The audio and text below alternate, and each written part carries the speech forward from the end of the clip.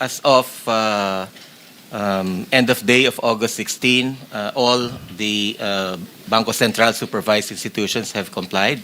That includes 38 non-bank electronic money issuers, or commonly referred to as e-wallets.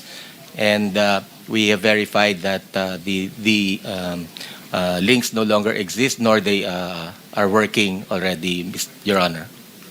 Mr. Chair, Go ahead. just to follow up, Mr. Tangonan, all the links have been severed? Yes, Your Honor. So all links have been taken down, and where they were not taken down, but they were not working, meaning if you click the link, it will not proceed to any site. By all links, if you click them, will not proceed. Correct. Ibig niyong sabihin, wala na sa loob ng mga e-wallets yung gambling platform links. Yes, it's the compliance of others is the icons no longer appear. The others, the form of compliance is that when you prior to removal of the icons, when you link them, it's a broken link, so it just leads to a notice that all links have been disabled.